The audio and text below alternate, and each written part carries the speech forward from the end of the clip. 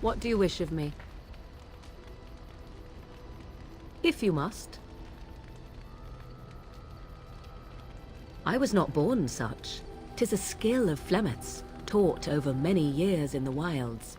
The chastened have tales of we witches, saying that we assume the forms of creatures to watch them from hiding.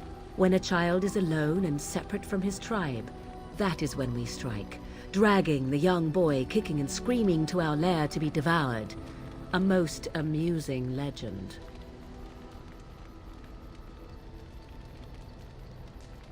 Oh?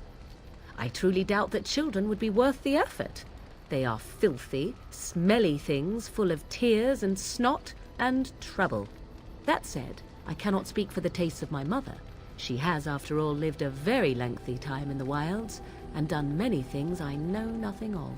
Why do you ask? Is there something specific you wish to know? The form of an animal is different from my own.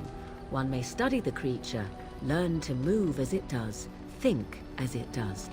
In time, this allows one to become as it is. I gain nothing by studying another human. I already am the same as they are. I learn nothing. So the answer is no, my human form is the only one I possess.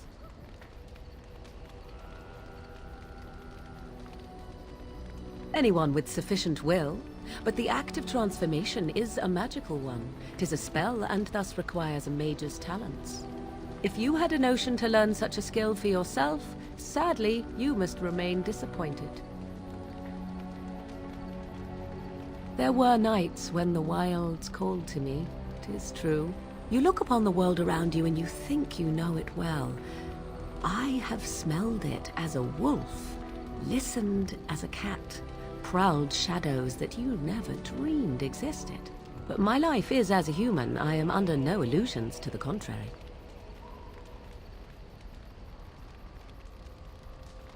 They do not shy away from me. To their senses, I believe I seem like any other of their species. As to what they think, I truly cannot say. Just as I am still human, no matter my form, they are still animals.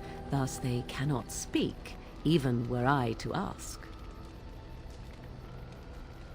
No, 'tis not unheard of in the remote corners of the world. There are traditions of magic outside of the circle of magi, despite what those mages would have you believe. Some of these traditions are old, indeed, passed down as carefully guarded lore from one generation to the next.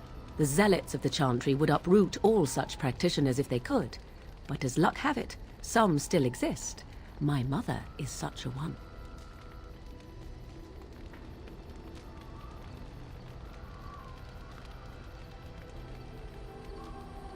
I am surprised you think so. Still, 'tis a pleasant thing to hear. Indeed. Have you an opinion on my abilities, then? Am I an unnatural abomination to be put to the torch?